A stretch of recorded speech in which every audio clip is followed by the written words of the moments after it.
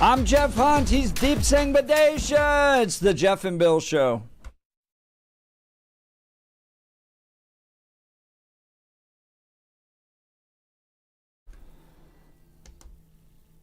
Billy's out this week. He'll be back in January, enjoying a nice, much-deserved vacation. I'll be out next week as well. Peter Boyles will be filling in throughout the entirety of the week, so it's going to be a lot of fun here on 710 KNUS. Live in studio with me, Deep Singh Badhesha, Democrat Socialist of America. The debate, awesome, super hot, phone calls, text messages. By the way, it's also Festivus, so feel free. It's the perfect holiday for talk radio. Feel free to call in and air your grievances from either angle. I mean, Melat served her grievances up with regards to Democrats being controlled by corporations. So if you feel like we need more government, less corporations, feel free to call in. All right, let's go to Frank in Evergreen. Good morning, Frank. You're on with Jeff and Deep. Hey, good morning.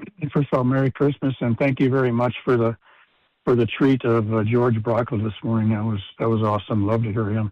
Oh yeah. So what your current two guests are saying, it lies somewhere between mind-numbing stupidity and outright lies. The truth is that Deep his ancestors came from a country where they've had centuries of socialism/communism, and 90% of people still live in cardboard boxes. And he wants to make America like where he came from. His ancestors came from. I know he was born here. But, why do you want to do that? Why don't you go back to India and make India like America? The problem is that there's people who don't know the truth, who listen to people like Deep and think that, oh, yeah, that'll be great. We can all be equal. It doesn't work that way, Deep. And I wish you had a modicum of intelligence to see through it. And by the way, while you're explaining why you won't go back and make India like America, why don't you explain to the people, the elites, the people in your nation who are not allowed to be touched by other citizens? Why don't you explain to people the caste system that you came from? Let's let Deep have a response here. Go ahead, Deep. Real quick. So my family's actually been in America since 1929. So in 4 years, we'll be here for over 100 years. So, families have a really rich history in America, and it's been, small business owners, doctors, engineers, lawyers, all across the board. So very fortunate to be that. America isn't a place that's based on ethnicity. It's based off a set of common values, right? Where you can believe in what we put down in the Declaration of Independence, what we put down in the Constitution, and that's what makes you an American, right? And that's something that Ronald Reagan said, right? You can live in France for a long time, but that doesn't make you French. You can live in Germany for a long time, that doesn't make you German. But in America, you can always become an American. And I think that's one of the best things about this country, right? Is it's a melting pot. Immigrants come in, we make this country better, and we join the American experience. This is a similar thing that happened last time, where there's this interesting juxtaposition you hear where folks like to criticize, and you've seen this like rising Indian American racism all across the board. But folks are like, India has 90. Wait, let me finish real quick, Frank. So you say like India is full of people with cardboard boxes, right? 90% of them live in cardboard boxes, while Indian Americans are the wealthiest ethnic group in America, right? Indian Americans make up a disproportionate share of Fortune 500 companies, right? When you look at Donald Trump's White House, right? Who are the tech CEOs who are going there? So it's like this interesting juxtaposition you create. They shouldn't be allowed to donate to no, it's just this interesting juxtaposition you create, right? You're trying to have this two mindset where you're trying to be like, India is so backwards and so poor that you have an inferior culture. Meanwhile, when we do come to America, we're in the top 1%, right? Why do you think India has its challenges? So I would say, before colonization, India was actually one of the wealthiest economies in the entire world, right? It made up 25 to 30%. British fault. Yeah, Frank, if you actually want to listen and you want to hear a little bit of history, I'll teach you this, right? Before India was colonized. Hey, no. Frank, I'm going to teach you some history. You can go read some books. No, you can don't learn teach about me this. anything. I'll teach you Listen, things, Frank. Deep. Listen, Frank. If you Frank. can listen Before long enough. India was colonized, it was over 25% of the world's GDP, about 30% of the world's GDP. India had never had a famine in its entire history. So how did they allow themselves to be colonized? So India, like a lot of places, was split into multitude of kingdoms, right? India was never a country. And it was India actually allowed that to happen, right? even though they were 25% Frank, of the world economy? Frank, you're so wise. You're so smart that you're willing to, listen to contrary opinions and hear me out. But if you actually want to, learn something, I'll teach you here. So India wasn't a formalized country, right? It was actually a bunch of different princely states, and it wasn't like one formal empire, so why right? There was a lot of different things. So when the now? British came Why in, and like the colonization that happened everywhere across Why the world. did the And elites America sit on was the also sidewalks colonized. I and just you want to won't say even that, touch right? them? America was colonized, and we fought a war revolution against Europe, right? Against England. So, Americans, even back then were colonized people. Colonization happened all across the board because of what happened with Europe. So India was colonized. And before India was colonized, it was one of the richest places in the world. And all that resources, all the wealth of India was extracted over hundreds of years. So much so that the British knew this, right? India was known as the crown. So I guess they weren't as good crown as you thought they jewel were. of the British Empire, right? The reason why England, a poor country that has almost no natural resources, became one of the wealthiest countries in the entire world is because of the resources that it extracted from it. So you saw this with China and you saw this with India. China and India were extracted their resources and they had to essentially start from zero in 1940s. But since 1940 to now, you've seen the massive amounts of economic growth that China and India have had. And you've actually seen two, parallel different stories. So why are they China, still living in cardboard boxes? They're not, actually. You should go to Mumbai. If you go to Mumbai, it's some of the best well, restaurants in that's the world. Walmart's there and Costco and all the American companies are there that you are against. And Amazon is there. Listen, I'm not against. By the way, I am not against. Who drives from Cheyenne to Pueblo in 3 hours? Nobody does. Yeah, so corporations you just require lie that. your butt off. All right, Frank, I'm gonna let you go. Appreciate the call. Go ahead. I'll give you the final word, Deep. So, the geopolitics of this stuff is interesting. You've actually seen this with China and India. So China had more of a socialist, communist worldview about what they were trying to build, and they took over 800 million people out of poverty. India had a lot more of they had socialism built into their constitution in many ways in terms of the government programs, what you need to do, but they went a lot more of like a rogue free market kind of style, and they also uplifted hundreds of millions of people out of poverty, right? So it'll be fascinating to see the trajectories of India and China as they go into the future, because again, these are two countries that are vastly resource rich and also have 1.4 billion people in each country, right? So that's 1/3 of the world lives in either China or in India. And those countries have been wealthy historically. They went through a patch of colonization that made them poor, but they're going to come back. Do you think, though, that it was the government that brought wealth and success to those countries, or was it the free market system? So you talk about China opening up in the 70s. What do you think it's the own people? I think it's the global market that brought financial plus cheap and abundant fossil fuels. Well, so here's the thing. So you need human labor to create things, right? Like human blood, sweat, and tears is what toils the land. It's what makes things. It's what creates factories. It's what educates the next generation, right? So just basic economics, when you have a larger population that is a very productive population, you will end up with a wealthier country, right? That's why immigration is also a net benefit for a lot of Western countries as well, because when you have a larger increasing population, it's better for you all. I think it's a mix of a lot of things, right? Technological evolution, but it becomes about priorities. In China, you can see that they are able to plan 100 years in the future, right? China's like, hey, we want to build a high-speed rail line here. We want to build housing here. We want to invest in more engineers, so we're going to give college for free for engineers. We want to invest more into this sector, and they're able to plan 100 years in the future. In America, what we have done is we have outsourced all of our innovation, all of our technology purely to corporations and private equity who don't think about making profit in 50 years. They think about making profit for their shareholders the next quarter, right?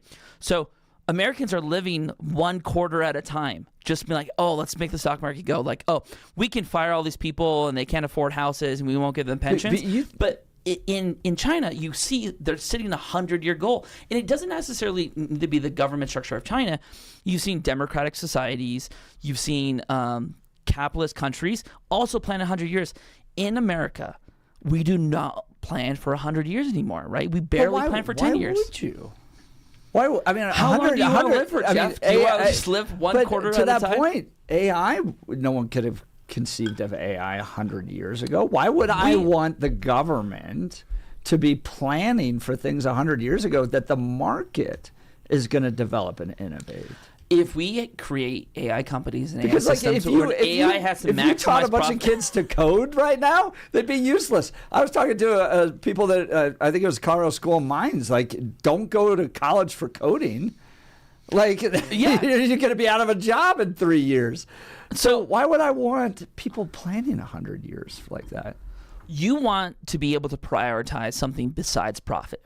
In America, we have decided to outsource everything: the environment, our healthcare, everything makes that for choice, profit. Though? But if Some you are government bureaucrats going to decide something other than profit? I think humans, like when you talk to small business owners, right? And I've talked to restaurateurs, I've talked to people who've opened up other small businesses, lawyers, doctors with their own clinic, right? And if I ask them, hey, what motivates you in your day-to-day life, right? What's your top 5 things? People will say their kids, their children, their community, their religion, their faith. Right. They'll say a list of 10 or 20 things before they get to profit. But we have created a society that you have to maximize profit. And the seeking of maximizing profit at all costs is going to be detrimental. Okay, let's go back to sports gambling, right? Do you believe in legalizing sports gambling? No, I think it's stupid.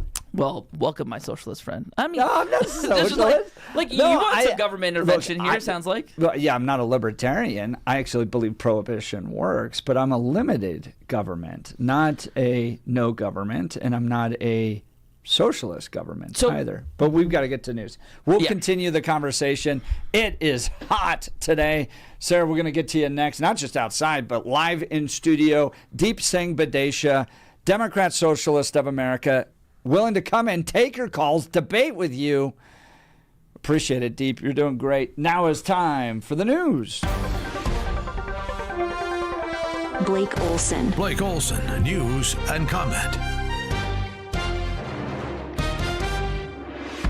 Hey, good morning. It is Tuesday, 38, mostly cloudy in Denver, expecting a high of 65 today. News sponsored by Pastor Camp Heating and Air Conditioning at 303-777-1234 to learn more about special savings opportunities on Lennox equipment.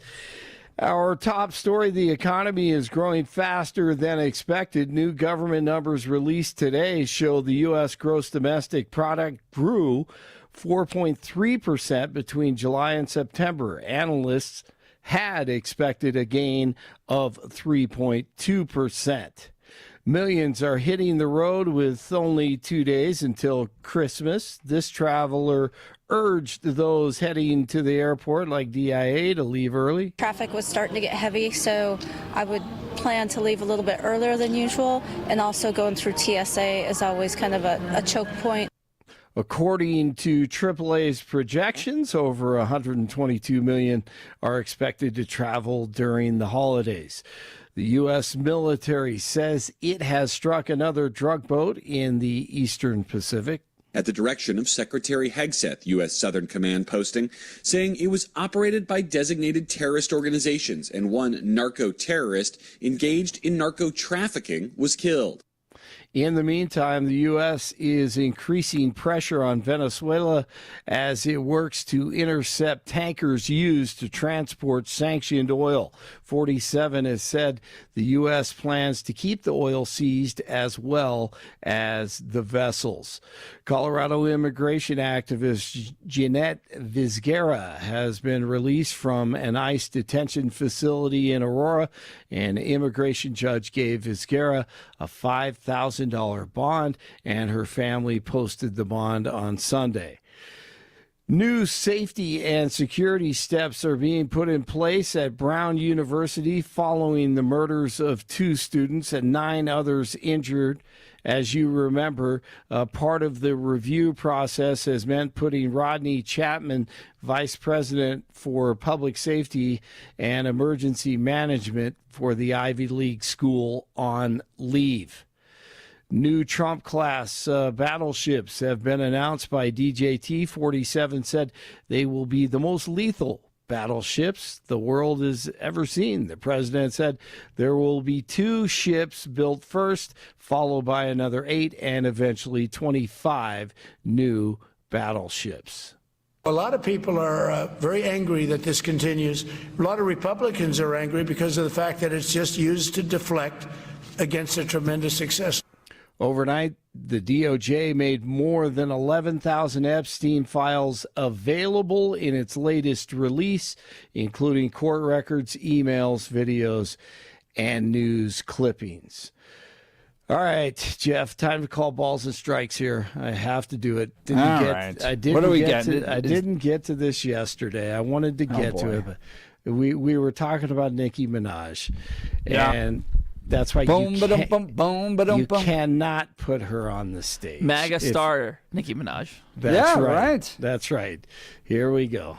And you have amazing role models like the assassin J.D. Vance, our vice president. And when I say that,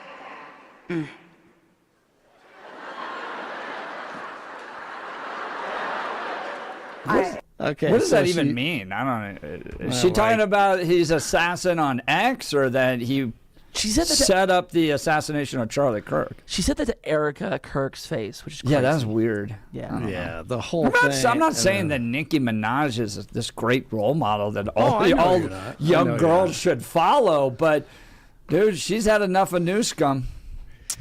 But here's what I'm saying. If your turning point at this point, here we go. You can't. Don't put her on stage. This thing was so odd.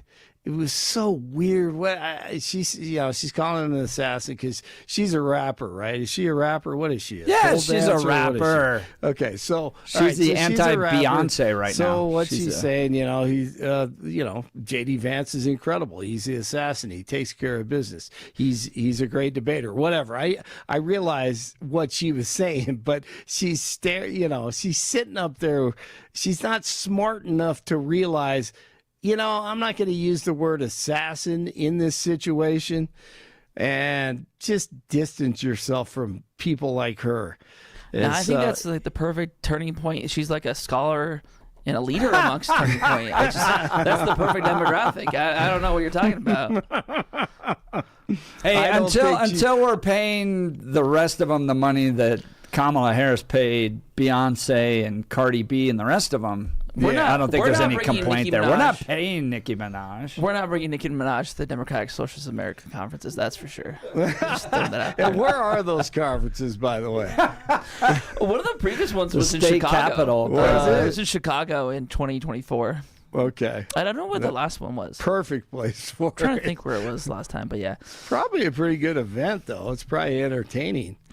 Very entertaining. They can't get through the personal pronouns part of it yet. I think all political parties is like herding cats now. Well, they're all dorks. It's kind of funny to watch even Republicans and Democrats try to dance. That's like one of my funniest things at all the conventions is watching Hillary Clinton with the balloons, and then any Republican try to dance too. Well, it's like another thing that's like a interesting creation of American politics is the way that we elect our leaders here, and there's no party apparatuses or necessary ideologies with them, is, everyone has to be kind of a showman and charismatic. If you went to a lot of like European countries, they're like, politicians aren't charismatic. They're like boring technocrats who we choose out of a list to lead something, right? It's like a fascinating thing that American culture has, produced, that you have to be the greatest showman in order to be president now. I don't know, Blake. Apparently they're electing first ladies with male genitalia in France, right? Yeah, absolutely they are. They already have. Absolutely. So I didn't know you were such a huge Candace Owens fan. Well, somebody in this conversation is. I love someone asking questions. I mean, I want questions to be asked of if there's an assassination. I don't think you can ask enough questions. That's the way I feel about it. So I think she's done an incredible investigation. You believe Brigitte Macron has a penis, don't you? Absolutely. I don't know anything about without question. You haven't followed this I don't at all? want to know. I don't even want to know, actually. I don't care about France. I live in the USA. It's a socialist paradise in France. It's just overrun by Muslims and male. You know what fake France does first really ladies. well? 70% of France's energy comes from nuclear. Yeah. Nuclear, I'm all for. I agree. What That's are we the doing in best thing America they do. that we can't build the nuclear reactors? Half of North Dakota and South Dakota is empty. Just put a couple there. And from what I I'm understand, for it nuclear. takes so long to build them, but I feel like we need to start building them now. I'm right there with you. Look at that. Blake is agreeing with welcome to the party, comrade. Look, I'm starting to lean. I see all these oligarchs, and I'm starting to believe we're in a uniparty. And look, I'm right there with. I want to ask the questions, but the free market is king, and the government is not. And politicians should be farmers. They should come in there for 4 years and get the hell out of there, right? I just think it's fascinating that like people cling on to power. John Hickenlooper, for example, right?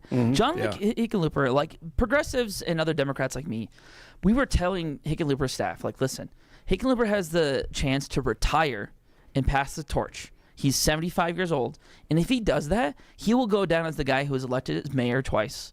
The guy who was governor twice and kept the state blue during 2010 and 2014 and then beat Cory Gardner, right? Democrats would love you forever. But instead, he's running for office. And he's going to be over 80 years old. He has a 3-year-old son. But isn't it? Like, but you spend see time it. with your son. Deep, like, I'm so fascinated that people keep choosing this stuff. We need but term you limits. see it in their eyes. I see it in their eyes, too. When they get to walk into a room with their little name badge, the little elected official, and everybody's like, oh, look at you. You're an elected official. Yes. They love I think that's why they do it. Did you all, so like, I'm not sure if it was last session or 2 sessions ago where the Colorado State Legislature tried it, there's a bipartisan bill to allow lobbyists who were former elected officials to wear name badges that said former elected official. I was like, who wants this bill? Who is this bill for? This is the name tag bill? True. At the end of the day, that's why Hickenlooper does it, man. Because once he's done, he becomes irrelevant. What else is he going to do? You know who this reminds me of? I saw this firsthand, Arlen Specter. Do you remember this guy from Pennsylvania? No. Okay, so Arlen Specter was a senator from Pennsylvania. Okay.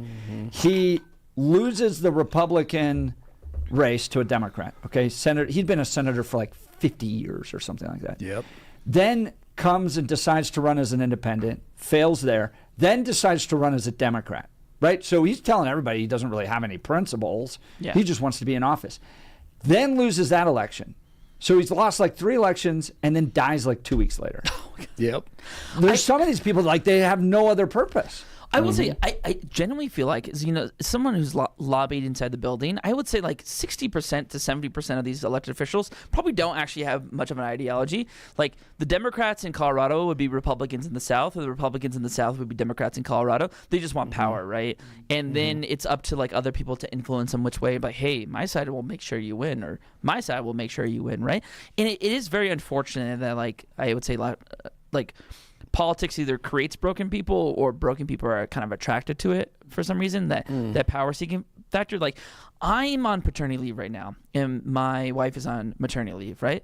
I don't want to work ever again. I just want to like hanging out with my baby and my wife are like the greatest things ever. And the fact that John Hickenlooper, instead of doing that, he has a 3-year-old son. He wants to be a senator again until he's 80 years old. Like Dianna Feinstein's dying in office at like 80, 90. I just don't get it. Why these people I don't either. do this. Well, there's just nothing else. Power. But I mean, you saw Faith Winter crash 2 times the legal limit, and Democrats knew she had a drinking problem. This was a discussion we had yesterday. Do you think James Coleman and others should have done more to confront her drinking problem? So the Democrats did, I believe, censure her or like a similar thing. But James and then voted against that. And then she did step away from her leadership role that she had in the caucus. And, it's very unfortunate what happened to Faith. Like, my heart goes out to her family. My heart goes out to her kids. Like, no matter what you believe about her politics, she still had teenagers, right? And to lose a parent that young, it's, like, devastating. I would say the alcohol abuse I see at the Capitol is bipartisan, right? It's probably the most bipartisan thing at the Capitol, unfortunately. It's like you see Republicans and Democrats do this. And if you started policing the activities of elected officials that way, I think that would be a interesting ground. Because, like, I would say, like, after a long night, at least a handful of those elected officials on both sides of the aisle are having a couple of drinks and driving home. But see, so, like, if you had having a little drink is one thing, but like she was so drunk at one point, she was censured because she was showing up at public meetings to the point where she couldn't drive home. Like law enforcement was like, "You're out of control. You can barely string a sentence together." Like that's a little different in my mind than topping off a little bit of whiskey at 10 o'clock at night on a late session. The minority leader of the Republican caucus, I forgot his name, from Fort Collins area, Lynch. He had a DUI as well, or he was like caught drunk, and then he tried to call the lobbyists. Julie Gonzalez, who's running against Hickenlooper, she ran in 2018, and Dan Pabon was supposed to win that state Senate seat, and he got caught on camera also like drinking and driving. So it is a thing that's happened, unfortunately, on both sides of the aisle. I don't know what's a better way to police it. I think if we had a more reactive politics, right? The fact that if you win office, you get to stay in office as long as you want is very unfortunate. Show up drunk to work. So like, I think it is part of this thing. It happens on the left, it happens on the right, and I hope those people, like, if you are battling health issues, I think you should be able to take care of those first, and there should be some sort of accountability. And it's just sad that we're in this place. Yep. Another, I guess there is a reason for self-driving cars after all. Right, Jeff? All right, I'll button this up and I'll send it back to you guys. 35 in Westminster, 36 in Centennial, 38 in Denver. You're waking up with Jeff and Billy, and that voice you hear is deep, and he is in the holiday spirit. Blake Olson, News Talk 710 KNUS. Your KNUS forecast for the Denver metro area calls for cool temperatures early this Tuesday morning. Temperatures, though, well above average for this time of the year, and we'll be looking at unseasonably warm wintertime conditions leading up to and through Christmas Day with some record warmth. The possibility today, on into tomorrow, and Christmas Day. We'll see highs near 70 degrees. We'll have some mid and high level cloudiness, but it'll be dry. Winds will be breezy, and overnight lows only near 40 degrees. I'm meteorologist Mark Huer in the 710 KNUS Weather Center.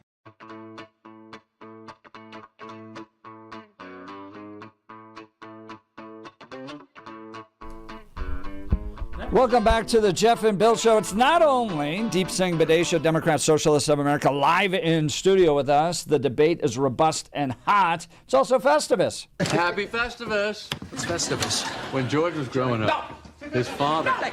It's nothing. It's a stupid holiday my father invented. It doesn't exist. Happy Festivus, Georgie. It's the airing of grievances. So if you have felt you have been grieved, here's George Costanza on the creation of Festivus. Many Christmases ago, I went to buy a doll for my son. I reached for the last one they had, but so did another man. As I rained blows upon him, I realized there had to be another way. What happened to the doll? It was destroyed. But out of that, a new holiday was born. A Festivus for the rest of us. So feel free to call in and air your grievances. Right, left, center. Give us a call, 303-696-1971. Text us on the Dan Capitalist Law text line at 720-819-5115. By the way, coming up next hour, Lily Tang Williams, Libertarian and Republican. She's well known here in Colorado in Libertarian circles, moved to New Hampshire and ran for Republican out there. It's going to join us. It's going to be a fascinating conversation. In the meantime, let's go to the phone lines. Adam, let's go to Sarah in Denver. Good morning, Sarah. You're on with Jeff and Deep. Oh, good morning. I don't care for Diane to get, but the person who's running against her, I care even less because she was just talking platitudes, at least for the couple of minutes that she was on. Wasn't impressive, didn't make any common sense, didn't make anybody feel better as far as, you can do it if you, just hate. She was full of hate corporations. Who employs people? I don't. Corporations do. And that's what I wanted to say, and I would highly recommend have somebody read the book by Michael Malice, The White Pill. It's a tale of good and evil, and it's brilliant, and I think it should be required reading for all high school students.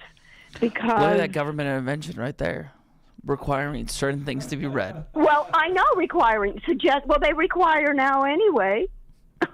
And they require, so, it's supposed to be parent involvement in reading lists. Deep, I want to ask you to respond to her comment that the guest that we had early on. Are you familiar with Ayn Rand? Are you familiar with Mike? Is he familiar with Michael Malice? I went through my libertarian phase. I read No, Atlas I know Shrugged. you do. I read Fountainhead. Also, I will say, Diana DeGette actually has two challengers. So she has Melat Kiro and Wanda James.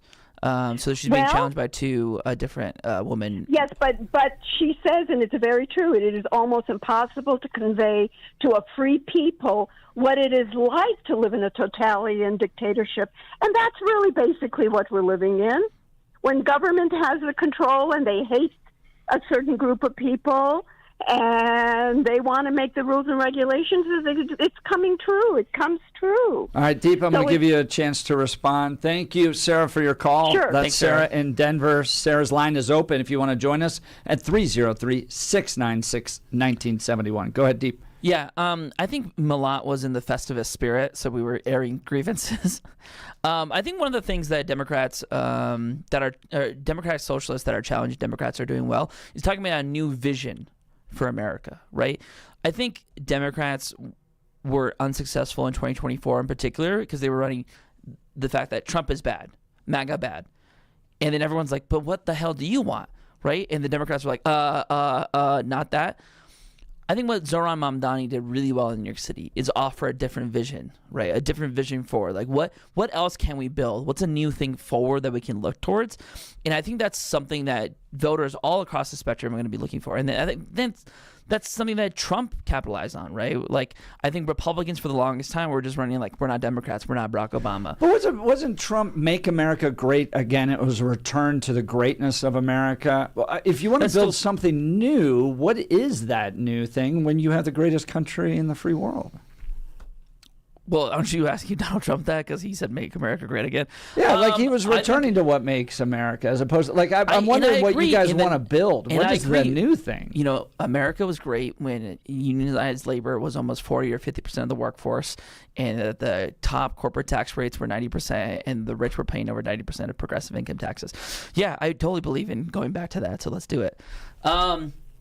I think the vision that we need is we need a country and a society that's willing to put humans above profit, right? We need to think about what makes a society better, and is it a for-profit motive at all costs, or are there other things we can prioritize? Our children, our families. What becomes the force behind that? Like, how do you force a society to put human beings ahead of profit? So right now we've actually done the opposite, right? I think I would be much more about, we've talked a little bit about this in terms of a philosophical debate, right? Where power corrupts, right? When you hand power to a handful of individuals or one individual, they think they're the hero of their own story and they become corrupted by that power. The best thing for society is to diffuse that power as much amongst as many people as possible. In terms of government, that's a representative government where people are really active in their democracy. When it's corporations, that means having employees a part of the governing structure of companies, right? This is a very successful model that works in other countries, right? Corporations there still are profitable or still are very innovative, but they don't need to make a profit every single quarter. They don't need to put shareholder value above everything else. But you don't have a corporation if you don't have profit. All right. That's not necessarily true. Look at Europe, look at Asia. Deep Singh Badhesha live in studio, Democrats, Socialists of America. All right, folks, let's talk the gun room. If you've listened to me for any amount of time, you know how much I care about freedom. I'm not a socialist. Responsibility and supporting local businesses that have stood the test of time. That's why I want to tell you about the gun room. The gun room has been Denver's oldest firearms dealer since 1982. And when you walk in, you feel it. Real wood, real craftsmanship, a shop that actually looks like a gun store, less plastic, more tradition. They buy, sell, and consign any and all firearms from antique and vintage to hunting and tactical, and they do something big box stores never will. They work closely with families who have lost a loved one and need help handling a gun collection with care and respect. Inventory changes daily with over 1,000 firearms in stock, so if you're thinking about buying, especially with new restrictive laws coming from our socialist government, you should act now. Support local, support family-owned, support freedom. Visit denvergunroom.com or call 303-237-1300. denvergunroom.com. That's the Gun Room, a Colorado original, denvergunroom.com. We'll continue with your phone calls and texts. You're listening to the Jeff and Bill Show, Denver's news talk leader, 710 KNUS. I find your belief system fascinating.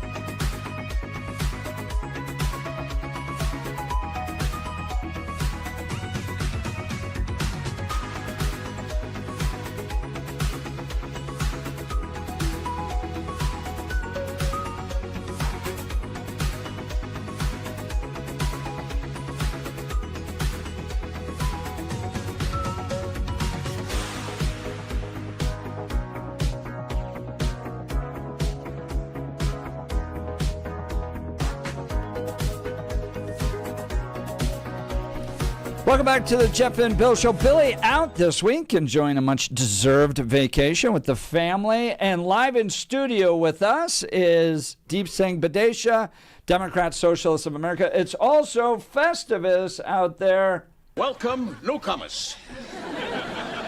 The tradition of Festivus begins with the airing of grievances. I got a lot of problems with you people. Now, you're going to hear about it.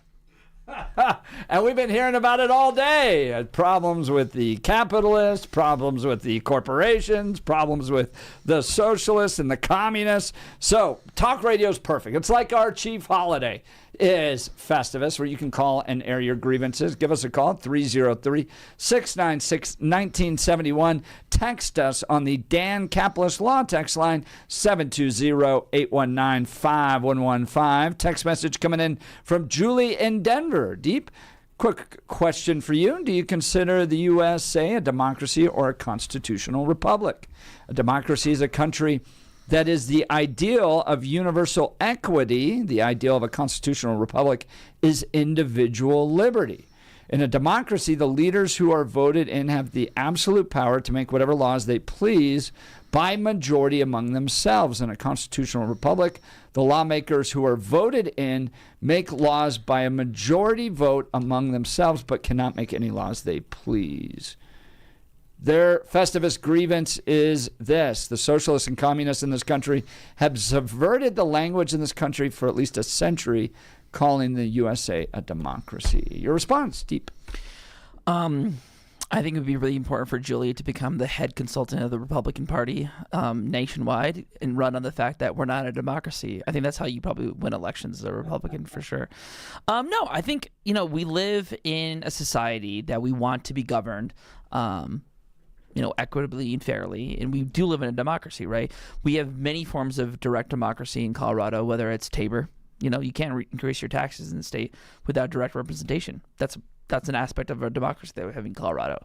Do you think Democrats have subverted the will of the people by going around Tabor? No, I think in 2026, my good friends at the Bell Policy Center, Chris Kennedy and other folks, are going to, a coalition of folks, are going to ask the voters again. And we're going to be like, hey, Tabor was voted 30 years ago.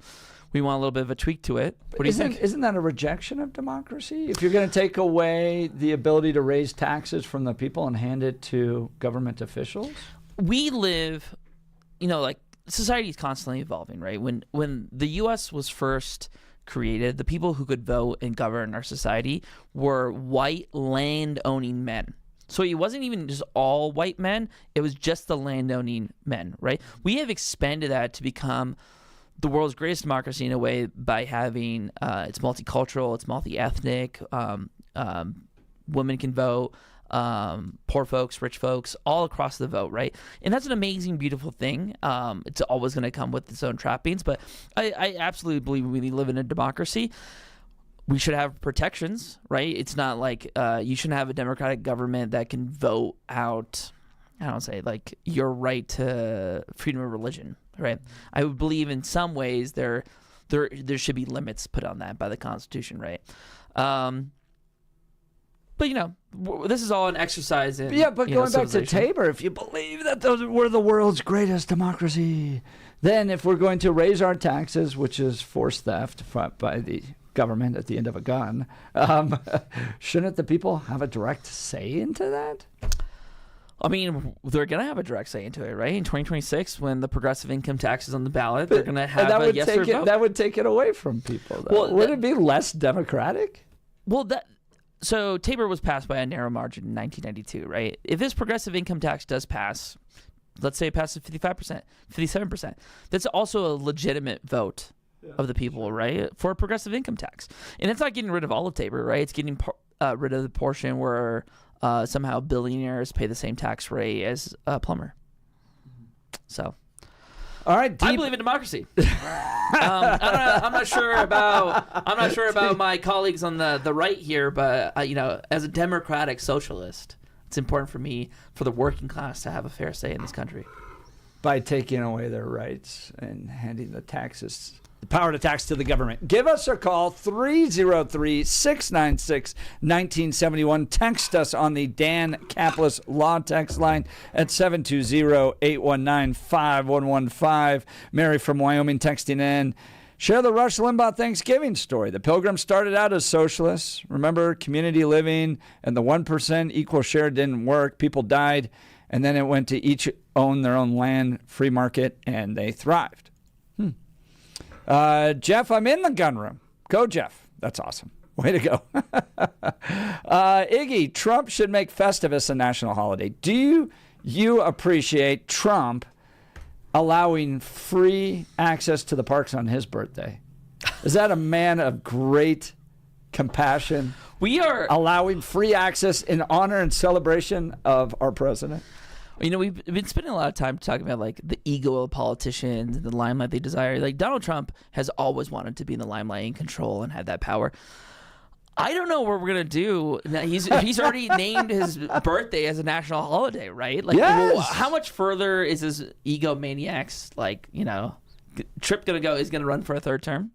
Right? Is he going to say, like, I'm By the actually way, like do you have Emperor? Santa Trump? Let's key that up, and we'll get back to that next. You're going to love this song, Santa Trump. All right, let's talk Dan Caplis with Dan Caplis Law. Dan suggests you should choose a lawyer who shares your values, because who you choose to represent you in an injury case says a lot about you to everyone involved in the case. Dan Caplis, the son of a police officer and a former seminarian who's dedicated the last 40 years of his life to helping people who've been hurt in serious motor vehicle crashes. Dan is believed to be the only lawyer in Colorado history to win 5 straight multi-million-dollar verdicts in Colorado crash cases. Dan is also believed to have won the largest truck crash verdict in Colorado state history. Dan Caplis Law, the official law firm partner of the Denver Nuggets and the Colorado Avalanche. Dan Caplis Law, a serious firm for serious cases. Dan accepts righteous injury cases on a percentage fee basis so that he can represent good people from all walks of life without regard to ability to pay. So if you need Dan's help, give him a call, 303-770-5551, 303-770-5551, or hit dancaplisLaw.com. That's Dan, CAPLIS law.com. Brian in Littleton wondering about your background. We'll get back to that real quick. But Deep Singh Badhesha, a activist here in Colorado, a member of the Democrat Socialists of America, serves as a lobbyist down at the state capitol, an attorney, a married father, brand new baby girl, parents from India, or grandparents from India? Grandparents. Parents Family from India. Family from India owned liquor stores. Yep, small mom and pop liquor store in Colorado Springs. And Deep, also, I want them to keep every dollar that they earned and pass it on to their granddaughter. One of the greatest beards in Denver. Actually, you do have. I think that's 100% greatest beard in Denver. All right, we'll continue. You're listening to the Jeff and Bill Show, Denver's news talk leader, 710 KNUS.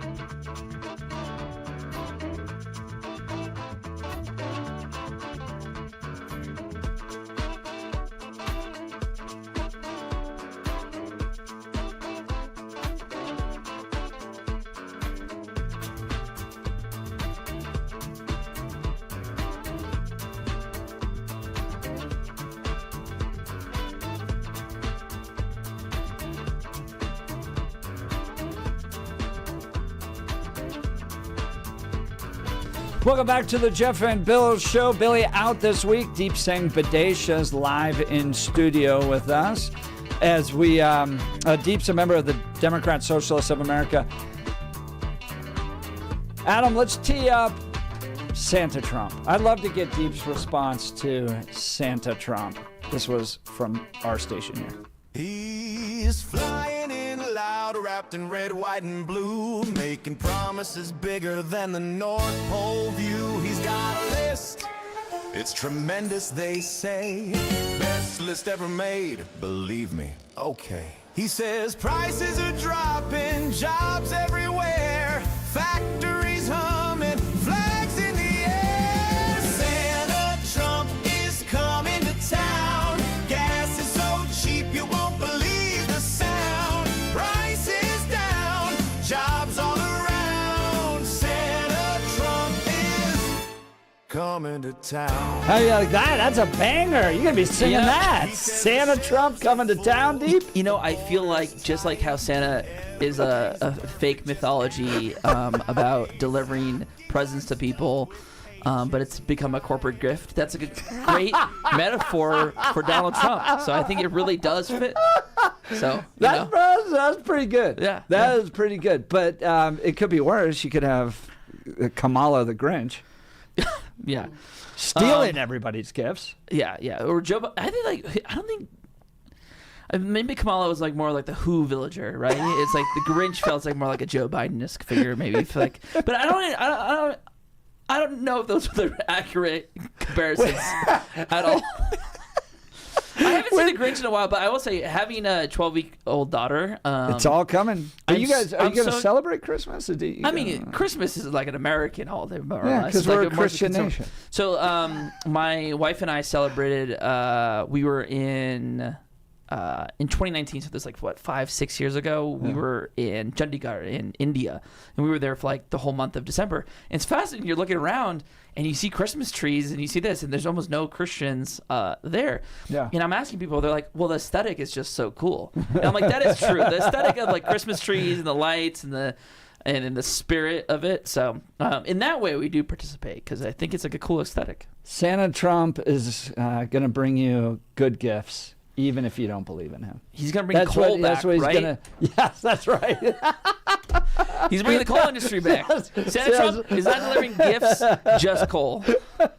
That's Deep Singh Badhesha, Democrat Socialists of America. Coming up in the next hour, we're going to be joined by Lily Tang Williams. Yes, you probably know that name. She was a fixture here in Colorado for many years as a libertarian leader. She's now since moved to New Hampshire, where she's run as a Republican, but she's going to be live in studio, so we're going to have Lily Tang Williams, libertarian, Deep Singh Badhesha, socialist, me, a conservative. We're all together. It's a Christmas miracle. All right, we'll continue. You're listening to The Jeff and Bill Show, News Talk 710, KNUS.